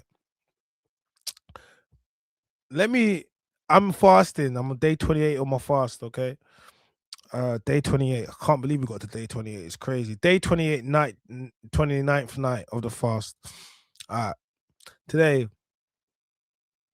And I think during the fast is when you get closer to God, you get more clarity with yourself. I've lost a lot of weight. Not like I was overweight anyway, but I just mean like it's very good work. Yeah. I feel very clean. I was in a lift today. Yeah. Guys, I was in a lift. Have you ever been in a lift? I'm sure some of you might have been stuck in a lift before. Okay, being stuck in a lift is one thing. Have you ever been in the lift and it drops like a floor? It felt like a floor. Has anyone, I'm talking about real final destination business. This is what I experienced today. I want you to know this. I want you to I want you to know that I was in the lift and the lift dropped. He dropped today. So that's a real spiritual attack. Like, people trying to give you bad vibes or bad energy. My lift dropped. Are you not listening? So when the engineers have come out, to the lift, and I was in the lift with one other guy, and then the lift dropped, and then as it's dropped, it starts screeching and it starts slowing down. So it's dropped down, and then the emergency brakes come in. And it screeches it. So so it started slowing down, and now I'm in it with another guy in the lift, and I'm like, oh my god, like what the hell? And he's like, no, I pressed it. I'm like, no, I want to press it. Let's get the hell out. He's like, no, wait. He's like, wait for it to get to the floor. I'm like, wait for it to get to what floor? It was like bare high up. Yeah, I just thought I'd just share that with you because that was scary. That was scary. That there was scary. That was like final destination. But then later on, they explained to me all the technical things, all the reasons why it won't drop to the bottom, and all the safety things, and how many different brakes it has, and the pulley systems. And if it was to drop, it would go to the top. It wouldn't go down. They broke it down to me, but it didn't. And they were like, "Oh, it didn't drop down a few floors. It only can drop a meter. A meter, guys. Let you be inside the lift, and it drops a meter down, just fast, and let me see how you feel." A meter, it felt like, I don't know, it felt like floors. So they're telling me, no, it only drops a meter. The safety thing will only allow it to drop a meter. Only a meter. Guys, do you know how long a meter is? In a lift. Whew, that's enough. And then when it drops, it then jolts. And then it starts to screech as it goes slower, as it breaks. Horror movie settings. The serpent is working hard. Bro, I'm telling you this. Like, that is a horror movie setting today. I couldn't believe what I went through today. I said to myself, damn, this fast, they don't really want me to make it through this fast. Could you imagine? But I'm covered in the blood of Jesus Christ at all times. And it only lets me know how covered and how blessed I am, because I was in my lift today and my lift dropped. Are you not listening to me? You guys ain't hearing me. Are you hearing me? I'm laughing. I have to laugh because if I don't laugh, it will be very peak. But I have to laugh now. My lift dropped 1 meter down. So I've shared that story with you guys. But your boy is still here. Horror movie settings. The serpent is working hard. The serpent is working, but listen, just say his name. Just say his name, and all shall tremble and all shall fall. It's all good, you get me? But that's a true story. My lift dropped down today a meter. I felt like it dropped a good couple of floors. They're telling me it can't drop that couple of floors because of the safety. It only dropped a meter. Yeah, I don't believe that. I'm feeling like it dropped about 3 floors because it went. Yeah, I'm feeling like it dropped a couple of floors. Definitely, like. But they're telling me that it dropped a meter because of the safety thing. But I don't know. When you're inside something and you're like 30 floors up, do you get me? Because I was really high up, and then something drops down. yeah, it doesn't matter what it does. Do you know what I mean? It doesn't matter. Do you get me? So shout out to the guy I was with. He was ex-army. So he was like, don't worry. He was like, it's gonna be fine. Just he was. I was like, what, mate? Oh, amen, amen. Yes, can I get an amen? Praise the Lord. Yeah, cause yeah, that would have been yeah. It's all I can do is think of all the movies we've watched, all the movies we've watched. Being stuck in the lift is one thing. Being stuck in the lift that's one thing. Oh, everybody, people be stuck in the lift, but having your lift drop down the floor, yeah, and jolt and then start screeching as the safety things come into play. That's the stuff out of the heart. That's Final Destination. That there is pain. But your boy made it through. Right, back to this. I thought I'd just share that with you. That was my. You don't want that. Do you get me? That was crazy. You know what I mean, Courtney? Yeah, that was God is great at all times. God is great at all times. Trust me, I'm covered in the blood of Jesus. But yeah, guys, you don't. Yeah, that was peak for me. I can't lie. Deep of tax. I was really only meant to send him about 7 or 8, but I ain't gonna be petty like that. Hold a 10. You know what I'm saying? Because you've put 70 bags in my account now that I'm gonna be taxed on. I've sent the 10. He's like, all right, love. He's like, oh, we're gonna chat to Clev. He's hit me back 5 minutes later, like, oh, bro, I hear what you're saying, but like a deal's a deal. And I'm saying, what do you mean a deal's a deal? The deal was cash. You know what I'm saying? If it was cash, like, it's obvious. You know what I'm saying? He's like, no, I hear that, but what, man can't just stick to the deal, bro. I'm saying, and just by the way they're talking, I could say, are these youths trying to, like, this is, like, you should be appreciative, you know what I'm saying? I didn't have to do this. You waited while I was in Dubai, put your whole mixtape back. My man wanted the song regardless, whether he got a pound or not, you know what I'm saying? I could have come out and said, brother, I just come out of Dubai jail, bro, I need 80 bags, and I need all of it. He wouldn't have said no, but I showed a little guy love. And so just by how they're talking, I can hear, like, they're not understanding, but I'm not about to keep explaining myself or going over it. It's simple like that. You wired it, so I'm only giving you 10 now. I'm still giving you money, you know what I'm saying? You wanna go on a song like, I borrowed some money off you or something about you got finesse. And that was it. So his manager had hit me a couple more times. I just started ignoring him because how much times am I gonna tell you? And I ain't running nothing. I just gave you, and the way that you're even being ungrateful, it's like, we're just gonna end up arguing. So I just started ignoring him, innit? What does he do then? Get on a song talking about he got finessed. Like, how dare you? Are you crazy or what?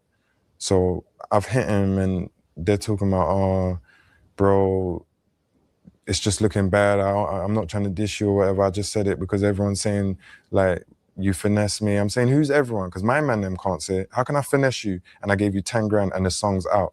When an artist finesses an artist for a feature, the song don't come out. I shot a video on everything. Like, I just really felt like he was lying, you know what I'm saying? Maybe because man thought, again, around them times, everyone's just got guilty. People's thinking I'm on a run. People's really thinking I'm on a run. Even though I'm flying around all around the place on my passport, and England got the best police in the world, they're thinking I'm on the run. So he's probably thinking, oh, he can say my name because it's not looking good for me or whatever. And I really let it slide. I wasn't even gonna say much or do much. And then he done another song saying something cheeky, which sounded like it could be to do with my case about chipping in, when he knows, everyone in London knows how much, when it comes to that case and when it even just comes to my area in general, when it comes to them sort of things, like, that's not what's going on over my side, and you know that. You got songs talking about, I'm not even gonna get into it, but he knows it's not that. So once he done that, I said, all right, he's trying to play with me. And let's keep it real. That whole Snapchat group that got people jammed up is essentially like Fredo can pay for everything, but man, them, if like Fredo's not people's dads, if you man want to be doing mad things in the ends, then yo, you man get your piece together and you man do what you need to do. It can't be one man always paying for everything. Do you understand? So people chipping in and doing whatever, that's because that's the reality when you're not you're not a number one selling rapper, and the rest of you man on the block doing whatever you're doing, you are gonna chip in. You are gonna do the things you gotta do to do what you gotta do. But man, them are doing things on Snapchat, and like, it's just crazy to me that people will actually arrange hits and things on Snapchat or what's like it does. The moment you do that, it's like you want to go jail. Like, I don't know why you would think that you could have these conversations on these servers. That it's not. Yeah, something's only as safe as you allow yourself to feel like it is, and things are only okay. For example, something might be safe today, but in 5 years' time they can hack it. So that means you might do something now, but the technology isn't available to access what you've done. You're gonna go carry on living your life 5 years, 8 years, 5 years, 10 years. Technology is now up to date, right? They go back into those messages and things. Now you're living your life. You're not thinking about the things you did 5 years ago. Now they're gonna come for you, and that's how it works. They might not have the technology right now to crack your phone or crack something, but they'll keep it. And when they do have the technology, they'll go back into that, and then they'll try to go and do it. And that's how it is. So, just a piece of advice: is nothing that the moment you put anything into digital, print, whatever, that's it. It's not. It's be prepared for someone else to see it, and for it to be used against you as well. Big up Kate. And yeah, big up Australia. But he shouldn't, and that's why maybe you say like, oh, how have you and Asko kept a relation? Because he's just been trill, you know what I'm saying? I look at it like me coming in the game, I want to do a song with Gigs. You know what I'm saying? I hit up Gigs. I don't really even know him like that. I didn't grow up with him. And I'm like, Gigs, let me make something. I'm a youngin', let me make something. And he's like, all right, cool, but just make sure it's cash and make this, you feel me? For whatever reason, my label don't line up the cash, so now they're sending it through the bank transfer. The deal's changed now, no? If Gigs then says, yo, bro, I ain't got a 20 because you lot just dropped it in my account, but here's a 10, I'm gonna be nothing but grateful. This little clown wants to get on songs talking about I finessed them, you know what I'm saying? I'm even on the phone saying, you know what then? Send me back that money, I'll send you back that money to your account, and you lot give me 50 bags on the road, and you can keep that, and then you lot pay the tax on it. But they ain't got no money on the road, you know what I'm saying? These youths, they're not like that at all. And he shouldn't have done it. He shouldn't have done it. He shouldn't have done it. And that's what I mean about these youths. That real life and songs is two different things. He should have never done that. I showed him love. Like, that's why I wanted an apology. And that's really what it is, man. He shouldn't have done it. Do you think that because they are younger and maybe a little bit less experienced because they have been in the game for less time, do you think it's because of a lack of understanding of how? Maybe, but he's got a manager, and I'm telling you. So maybe at the first, when I'm saying, bro, this is why. But once you do your research and go ask any accountant or ask anyone, if you put 70 bags in a business account, how much are you going to be taxed on it? It's more than 10 grand, but I still gave them 10. You know, I don't have to give them nothing. Remember this. You want this song regardless. I done it because I got love for him, you know what I'm saying? And I thought he was a real young youth, you know what I'm saying? But that's not an excuse, because you could just ask anyone and they'll tell you, no, that makes sense. You know what I'm saying? Oh, I'm telling you, I'll send it back to you. Give me 50 bags on the road. They ain't got no money on the road. They're just rapping. They're not, you know what I'm saying? They're not like that at all. So how dare you get up there and talk like I borrowed some money off you, or you're a clown. Rents you cars. You know what I'm saying? Like, how dare you ever? I ain't never seen these guys around protected how I'm around protected. He knows that as well. It's like, that's what I mean. I left England and all these, even guys in my own area, just playing funny little games on the internet. You know what I'm saying?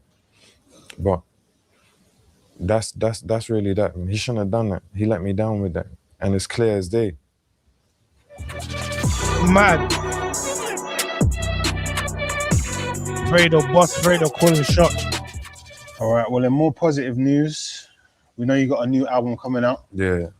Everyone's mad excited about that. Obviously, you recently apologized on Instagram. Yeah. For, I suppose, neglecting the reason why you were here. Yeah. Which was music. Yeah. What made you come to that realization, and what does the new album offering say about Fredo that your old music hasn't? What made me come to that realization is just seeing what's going on around. Remember, I'm always gonna be good regardless, but like, just seeing where I'm at, for example, with like being in a prison in Dubai, people even thinking I'm on the run, all that sort of stuff. Like right now, I shouldn't be there. You know what I'm saying? I shouldn't have not dropped a project for 2 years. I ain't dropped a project in 2 years. Why? Because I've been caught up in one thing or another. That's really just some bullshit. But because I've been in London and I've been in the mix, it's only really when I left and I'm looking like, that was a joke thing and that was a joke thing, and I've wasted a lot of time on stuff that And a lot of I years. shouldn't have. Lot of But I years. could have never seen that there until I left. Yeah, so that's really all it is, and just letting them know. I felt like saying I'm back or weren't enough. I really want to let them know, and maybe even just let them know a bit why I've been slacking how I've been. It's been hard. I've been trying to be a dad. I've been having everything that's going on in my area. I've been losing friends. I've been having a stalker. I've been having a situation with the case with my friends and whatnot. So all trying to juggle that. It's been hard to focus solely on music. And the new album, what do you think that this new album offers and says about Fredo that your old music perhaps hasn't? Maybe just, I've always spoke about the roads and things I've seen and witnessed. And I've always spoke about the good and the bad. I've never just made it seem like it's all good. You know what I'm saying? And I think that's what separates me from like drill rappers.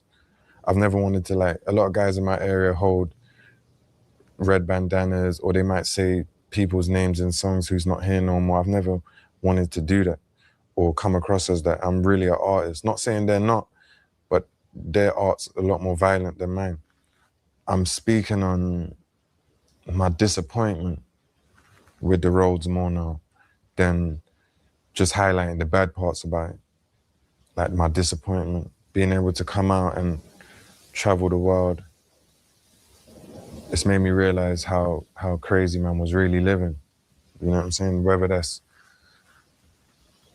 like now when I drive home, I don't need to analyze every car. I don't need to know every number plate. For years in London, I've been driving home thinking this could be the night. You know what I'm saying? Crazy. Not because I'm really doing nothing crazy, but just from my area, what I represent.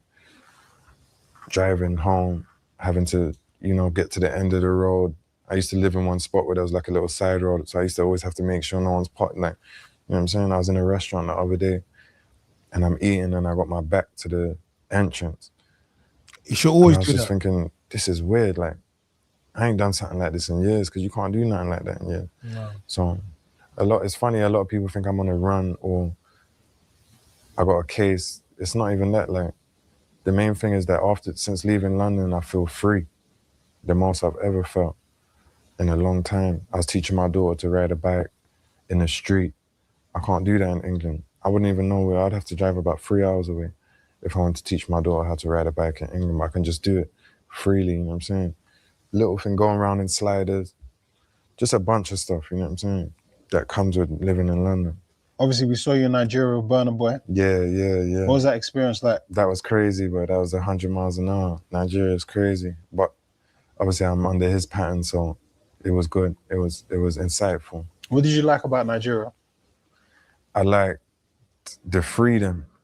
I like the freedom that they got over there. And to be real, I wasn't there long enough to start saying what I really like about it. I really just was there for 2 days. But I like the freedom and the people. I like the people a lot. All them people around Burna Boy, you can tell that they'll die for him, you know what I'm saying? Yeah, so, yeah, I like the real people over there. They show me a lot of love. And a lot of people don't know, my dad's Bayesian, but he's like fostered by a Ghanaian woman. So I only met her a few times, but my dad was raised by like a Ghanaian foster woman. So it was nice to go over there and experience Africa, because I probably thought I would have never gone to nowhere in West Africa, because I don't have no link over there or no family or nothing like that. And you lot got any business together, you and Burna Boy? No, just a song. Yeah. Yeah, it's the song I wanted to get to. Oh, yeah. So I how did thought that you collab- meant like some, I don't know, opening one of them strip clubs out there in Lagos. Yeah, no. Yeah, we got a song. Yeah, how'd that come about? That came about, you know, Bangles knows Burna, Bangles knows me. he just felt like, yo, you two need to do something. And he had a joint. I had this song for like 4 years, my part of it. And then Bangles heard it and was like, and then made a beat and got Bernard to jump on it. And that's really how we done it. Yeah. Yeah, I flew over there, I went there. Come on. I touched up my part in his yard over there. And yeah. What was the hospitality like? Is he a good host? Yeah. Nah, everything was governed. Shout out Burna Boy. He's really living like a king over there. I've been around a lot of rappers and stuff like that, and yeah, he's living crazy over there. Obviously, one of the main things you've touched on today is like the peace. I don't think a lot of people have considered, you know, with all the chat about whether you're being on the run or... They don't understand, Post. Like, this is the most... Look, that's the one thing I've gotten from all this. All I keep hearing him is talking about the peace, being in prison, peace, being in peace, being able to do... Everything is about peace. The end does not bring Fredo any peace. All the ends does is bring Fredo problems. The ends does not bring Fredo peace one bit. Like, the ends does not bring whatsoever. And that's the one thing I'm getting from this, just peace. He's feeling way more peaceful now once he's left England, and yeah, you can see it. Peace I've ever felt. You know what I'm saying? I've cut back into London once and twice, but I don't think I could even ever live there again, because it's like I'm gonna have to go back to really just moving like the military, to move around and make sure I don't end up on camera getting violated like these guys. So yeah, it's this last 2 years has been the most peaceful time in my life. Real talk, the most I've learned, the most I started reading. I'm all talking to a life coach, my guy. Oh, for real? Yeah, I'm talking to a life coach, just trying to figure out why I do certain things I do that I don't even want to do no more. But I still kind of slipping up sometimes. But I'm working on it. Yeah, that's hard. Yeah. Life's all about growth. Big up Fredo, man. I'm trying to grow, yeah.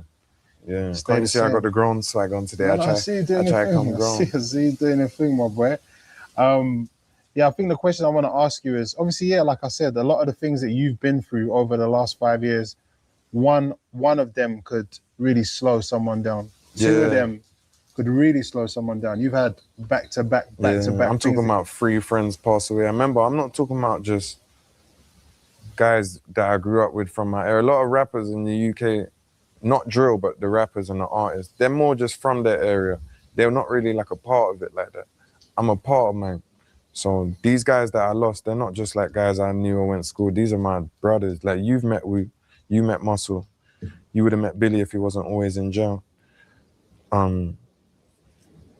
Yeah, so yeah, trying to be a dad, deal with all that, then all their families, you know what I'm saying? I don't think people really understand how much responsibilities I got and how much I have to try and juggle, where it makes it like hard to do any one thing properly, because I'm trying to do so much different things. Yeah, and it's hard. It's hard. Yeah. Yeah, I don't think people think about that. And I suppose, as you've touched on it, like, you do seem to be in the most peaceful place that I've seen. Yeah. Especially now that you're not smoking weed as well, like very, very calm, not paranoid. Yeah. Do you know what I'm saying? I feel like there was a time you was a little bit paranoid on weed, as a lot of people get. Yeah. I'll be with real. Anything, nothing specific. Yeah. But... No, that wasn't the weed. That's just I've always liked to learn off other people's mistakes. So whatever the case may be, I've always known that prevention is better than cure. So like I said, yeah, moving around in London, how I want to move around and be free. Because I go, you know, I'm in the restaurants, the killies will be out there, because I'm not a superhero, you know what I'm saying? But at the same time, I want to live and do what I want to do. So it comes with a lot, you know what I'm saying? A lot of my friends and stuff. And now it's like a lot of them's in jail and whatever, and it's difficult. Do you think you'll ever come back home? So basically, a lot of his hitters are in jail. So he's like, yo, I used to move around, you saw me, but if I'm in a restaurant and I'm eating, the man am outside. So he's letting you know, in order for him to move around here, there's a lot of things that have to be in motion. when he's moving around, where the places that he's moving around will burn a boy. In other places in different countries, they're under military guard. You see how they're moving proper. And you know, if he's gonna be in the UK, he has to move proper. Yeah, yeah. I've been back, but I will never live there full time. But for sure, remember, London and England's still home. Nowhere's like home, but the freedom I've been feeling, like, I need that. You know what I'm saying? I need that, and I don't have that in England at all. What is your current living situation like? Boy, I'm just going with the flow. Right now, we're in an undisclosed location. But I don't know why I'm saying we're in Bali.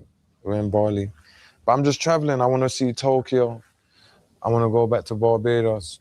I'm going to go, I got something to do in England in about 6 weeks. But I'm just traveling, bro. I'll get a villa for 3 months somewhere, base up. You know what I'm saying? I went to Thailand for 2 weeks. I ended up staying there 6 months. Just because I liked it so much. And I just felt free, you know what I'm saying? What do you think is the worst purchase you've ever made? Because you've bought a lot of flamboyant things over the years. Yeah.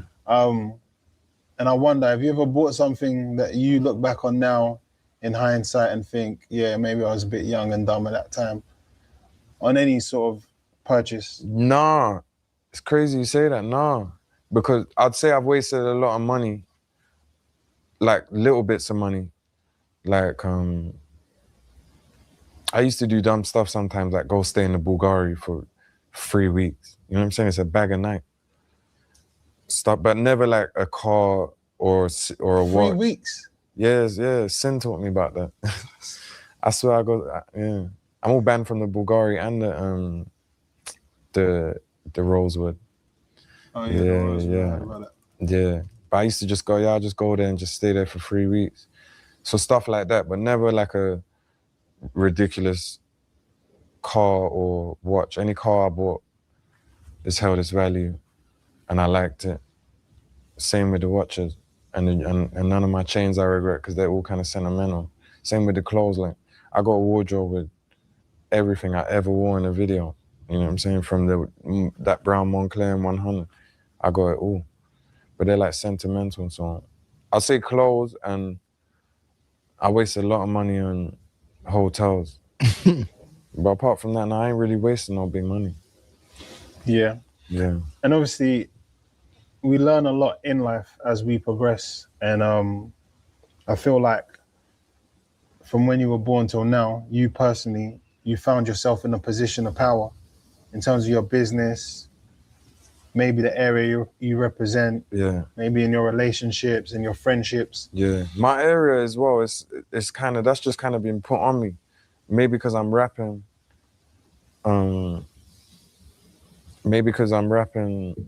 and what a lot of people don't understand is I show love to my whole area. They mainly see, you know, like the naughty guys or whatever you want to call them, but I show love to all aspects. Kids, remember the barbecues I do every year. Every time I do one of them, it's a school kids giveaway. You know what I'm saying? People's, jailman them's mom. So yeah, my area is like a real community. We all know each other. We all grew up with each other. So yeah. What has being in a position of power taught you about yourself? What did you learn about yourself being in a position of power? Well, that's a good question. I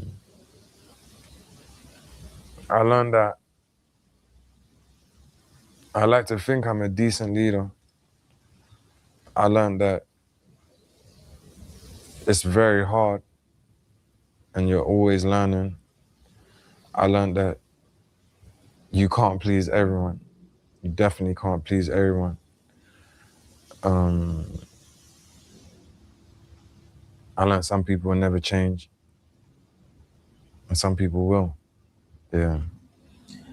Something that a lot of people don't experience is becoming successful, because if the whole world was successful, then no one would be successful, right? Yeah. So when you become successful, you start to learn new things about life. One of them being entitlement. How do you think entitlement has affected your life in terms of when you realized, you must have been through it, when you realized that people might not appreciate what you do for them, but more expect it. Yeah. And when they have a problem with you, it's never what you did to them, but more what you hadn't done for them. Yeah. Boy, that's a touchy subject, boy, because a lot of guys I showed a lot of love to, and lately, especially since I've been gone, I don't really hear from them, you know what I'm saying? And if it was the other way around, some of the guys, some of the things I've done for them, I'd stay locked in with that guy regardless, no matter what, you know what I'm saying? I really feel like some men in my areas, they're angry at me for whatever reason. But yeah, that's I've been going through that with about 4 or 5 different guys that I grew up with, that I got real love for, that I just had to realize, yo, these men ain't really got the same love for me, you know what I'm saying? And they don't appreciate nothing, and they're quick to forget. But you hear that story so many times, it's just... Yeah, you hear that story so many times. There's so many people that I've helped, like, it's crazy. And that goes for men and women as well. And people are quick to forget. One thing I can guarantee you in life, people will be quick to forget. I'm not saying everyone will, but it's a human. People forget. Like, even if I stop speaking to somebody, I will still remember the opportunities that they gave me, and I would still, like, there's people that I don't mess with, but just because they helped me or did something, I wouldn't speak bad upon those people, because at some point they helped me. So I'm just wouldn't do that. But no, people forget. Everyone has, yeah, selective memory. Everyone just wants to remember, but like, people have selective memory. That's what it is. But it's cool. It's you just got to do things. When you do things with people, you don't do things so that they will be like, oh, I did this for you. You do things because people are supposed to remember, but not remember because it's always in the back of their mind. They just would have value and appreciate it, so they would remember. But we live in a world now where people, now you do things for people and they're more concerned of what you haven't done for them. They forget all the things you've done for them. They forget everything that you've done for them, and they focus on the one thing you haven't done for them, the one thing, and that's entitlement. And it's something that is it's a nasty trait that humans have. They will just focus on the one thing that they're unhappy about, but they won't look at all the other things you've done for them. And welcome, and this is human nature. The one thing, and they will focus on that. But what about all the other things you did for them? Nope, they don't matter. It's called being entitled. A lot of people are entitled. It's really the truth. And I kind of always knew they were like that, but I kind of just didn't want to believe it. But once you really leave and then you're kind of looking from the outside, you just realize, yo, fuck these guys. It's only so much. You know what I'm saying? And I don't mind. Anything I've done in my area, or anyone I helped or whatever, funerals, gravestones, people in jail, helping them out. That's how I'm really on that case. You know what I'm saying? It's just from that group chat is adding up money for people in prison. That's why that's their second charge. They were all got found guilty for that too. It just so happens that a group of old guys who are adding up that money for people in prison, the police are saying have got a whole bunch of other stuff going on in the area, and a whole bunch of firearms was found and all that. But again, the police now ain't got nothing to do with that. My friends are not the sort to like get me involved in no trouble. I'm the guy they hit up when it's time to have fun and go on holiday, or they wouldn't risk me like that. You know what I'm saying? So they had to beg me to move from Third Avenue. You know what I'm saying? They had to tell me stop doing this and stop doing that. It wasn't ever a thing where they're encouraging me or would even let me get involved in whatever they might or might not have going on. My thing is, I know as much about what certain men of my friends have got going on in their life as much as like their mum or their girl. I'm not gonna sit here and act like they're angels, but it's really irrelevant to me. Unless I can change it, let me just do what I can to bring some good times and, you know what I'm saying, help who I can help, try to give Big John a job, doing security, had Sav on stage with me for all them years, paying him. Mouth, obviously. I got Capo here with me.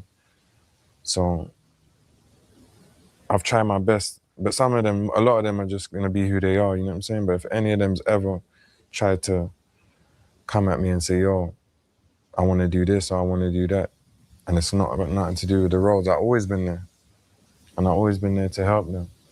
I got about 4, 5, 6 guys who I really thought was my dogs. And when you say, oh, what's like the most money you spent on something you regret, it's probably them suckers. Showing love to guys. I've had men living with me, literally, eating every time I'm eating, giving man clothes, you know what I'm saying?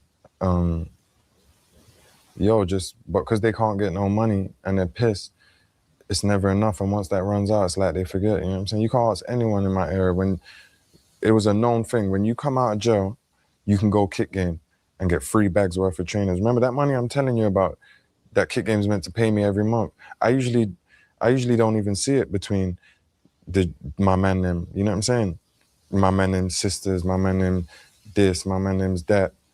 You know what I'm saying? And that's fine, I don't mind, but yeah, it's been upsetting to realize that couple men who I show love to have really it's not no issue or not. So look, he's saying, listen, the money he was supposed to see from kick game, his dividends and kick game, he wasn't even seeing them between the man that are coming out of jail, the man them sisters, girls, whatever, all going in and spending and you know, getting free items from kick game, $3,000 worth of items for kick game. He was really, like Fredo was really doing bits. So like they said, people have selective memory. They have selective memory. Sometimes you got to remind them. And they just don't even check in with me. You know? I found myself checking in with them, like really checking in and trying to make sure that we keep a link. Like, and then I had to say, like, what am I even doing here? Like, you feel me? Like, the love's not the same. You know what I'm saying? I remember Giggs got a bar where he says, I used to show love in the hood and the same love never got shown back. That's not for everyone, but it's for a couple men and they know who they are. And that's why they're where they're at though, you know what I'm saying? That's just their character. It just goes to show they're probably the same sort of guys that if I had $100,000 in a house somewhere, they'd go break in and steal it if they knew they could get away with it. Them kind of guys. So really it's sort of my fault for having them around or showing them that much love. But not all of them. Like 2, I'd say, have just fully surprised me. Yeah, like just ungrateful, don't remember nothing.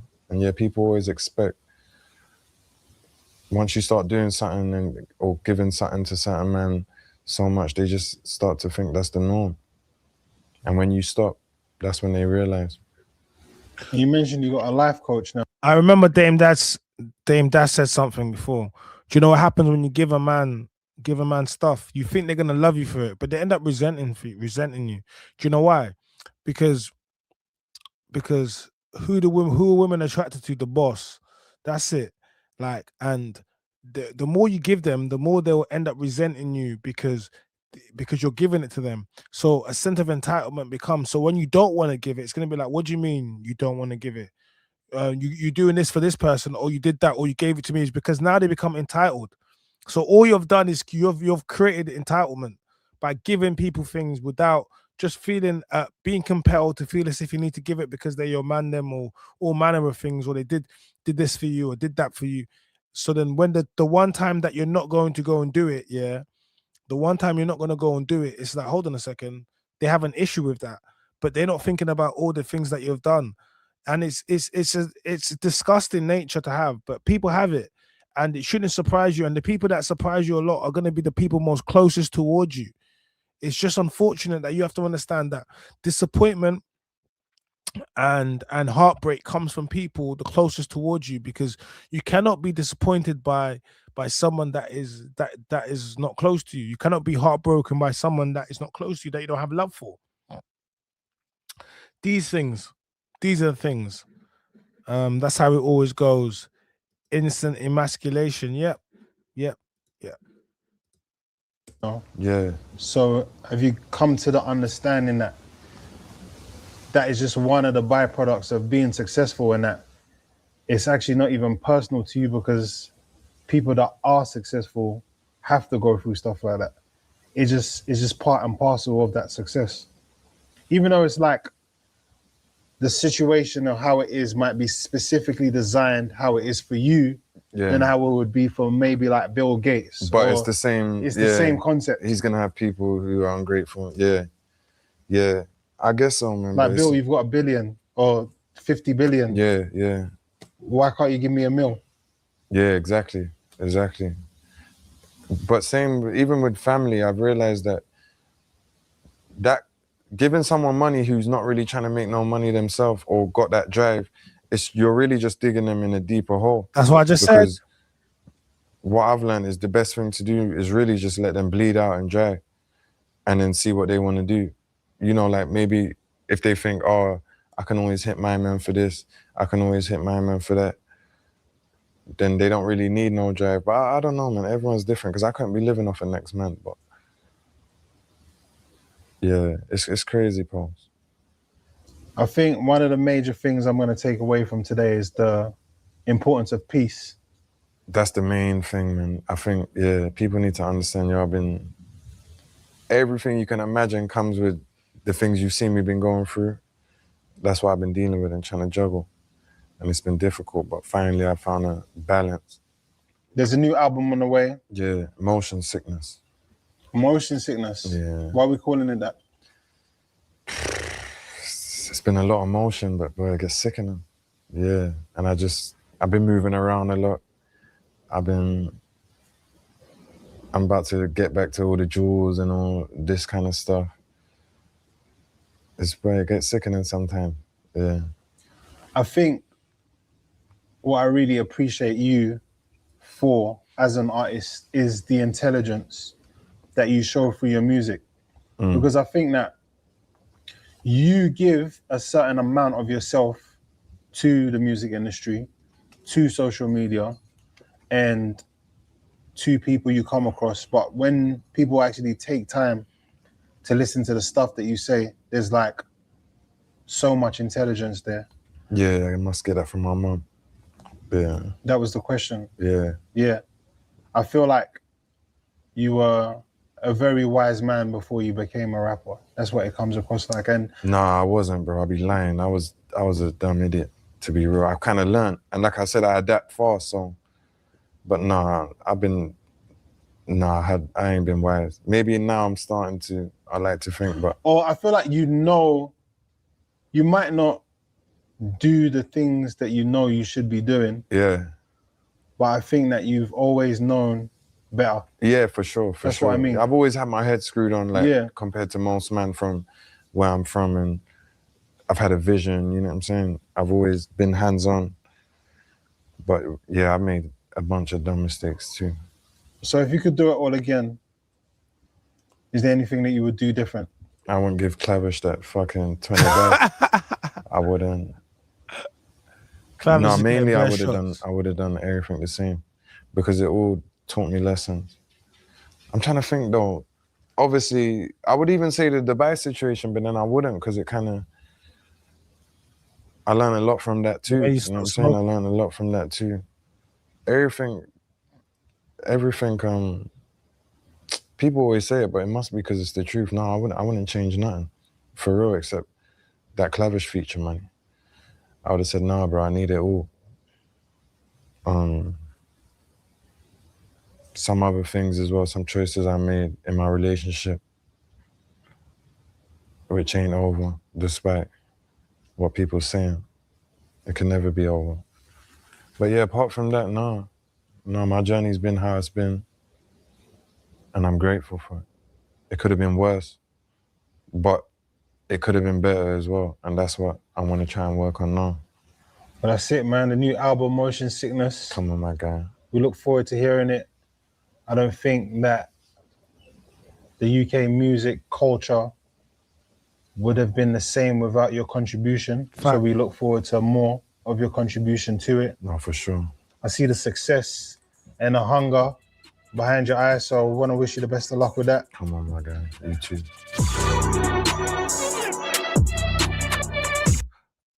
So yeah, that was the Fredo interview. on the run. He's not on the run, man. He's definitely not on the run because anyone, like he said, he's using his British passport and he's flying. So he's not on the run. The last thing, what should be taken from this? It's about peace. We should definitely look at this and look at someone that has been through a lot. And at the end of it, they're just searching for peace. They're searching for normality, searching just to live a normal life, but obviously extraordinary. But he wants to do normal things. And in order to do that, he has to be halfway across the world because he can't do that over here. He's spoken about half his team or majority of his team either being dead or in jail now. The disappointments in betrayal, and he's he's empowered 5 or 6 people around that are in certain positions, and that's his core team now. He let you know about the issue, the scenario with Clavish, and when you look at that scenario, it really just comes down to just business and relationships and people not treating certain things seriously. So yeah, Fredo's in a good position. And like he said, if the UK police are the best in the world, listen, they will find you. Like they will find you and they'll make an example of you. So if you really are on the run, you shouldn't be in countries where they can actually just extradite you or come over there and just work with the government and get you. If they really want you, they will do that. So I think it's clear to see that, it's not really like that, man. But yeah, man, peace. And understanding that people will let you down. Listen, guys, I want you to know that the people that you help today will look at you tomorrow like you didn't help them. They will badmouth you tomorrow like you didn't help them. They will watch you be on fire tomorrow and they wouldn't throw no water on you. In actual fact, they will throw the gasoline on top of you to ignite the fire, to ignite the flame even further. They will act like you didn't do anything for them. And unfortunately, that's part of human nature. And you need to understand that. And you should still do things. You should do things with an open heart. And you should, want to try to help people. And you should. But you should also understand that can be thankless. And if you're waiting for thanks or appreciating, sometimes the more you do for people, the less they appreciate you. And unfortunately, entitlement and a sense of inflated self-being, because at the end of the day is we can all break up. We can have friends, and this tends to be it doesn't tend to be something that men tend to do. It tends to be women. Women will break up with their friends or stop speaking to a guy or a girl, and the next minute they'll start airing out their person's bit. Man, how many times has a girl broken up with a girl? They're not talking to a friend no more. They're falling out, and she's talking about, I don't talk to that girl no more. Oh, she's a bitch. She's a hoe. She's the like. Soon as a girl, man, we're not really about to start talking about, oh yeah, he was cheating on his girl, or he done this, or he done that. Man, will catch your body together, never speak again, but they'll never ever speak about that body. That's just the truth of the matter. That's just the truth of the battle. Women will break up with their friend and they would have done something and they'll be like, oh my God, you can't believe what she done to this person, not knowing that they're incriminating themselves just by saying that. Man, them will be, you know what I mean? So that's just kind of that's kind of how it is. So yeah, man. You can definitely learn a lot from this. The search for peace, a man's peace. You know, when they say be his peace, it's because men be searching for it. And the types of lives that people have away from what you may see, away from the bright lights, away from the stage and all the things you may see, a lot of people are really suffering all manner of complex issues. You heard him talk about he doesn't like to be in a room full of a lot of people. These are all things that comes from this is PTSD. This is real trauma. This all comes from a life of all the things you saw. He spoke about how many 2 of his friends got deleted. He spoke about 2 of his friends lost their life in a car crash. Like survivor's guilt, all manner of things. The responsibilities of having to pay and provide and do all manner of things. So that should be the lasting thing that's going to leave with us. Like, and lots of men are suffering from trauma. The ends, like, you see all these wars that we have. If people suffer post-traumatic stress disorder and they suffer that, like, all manner of things, right? Yeah, then Yo, so the man them will, because the ends is still another war. People are going through battles. They're losing friends. They're seeing friends bleed out, seeing friends dead. Like that's war. That's trauma. It's just a different type of war. You're not on the battlefield, yeah, fighting in the Middle East. Nah, but you're on the battlefield and the ends fighting on the streets. And it still will leave you with trauma. It will still leave you with all manner of things. But not enough people are checking in on the young men and the young boy. Like, that's the truth of the matter. Fredo is suffering from trauma. That's someone that's suffering. And if you can't see that, then you wasn't listening. You really wasn't listening. Behind all the ice, behind all the designer clothes, behind the music, behind the image, that was, we listened to 2 hours of pain. And he's finally managed to get his peace.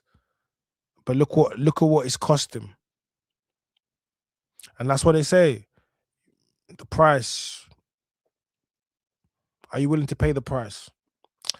Guys, big up everyone that tuned in today. You know what I mean? Big up all the chat gang. We are back locked in. Like I said today, I was in the lift today, and a lift dropped today. A lift dropped with me inside of it.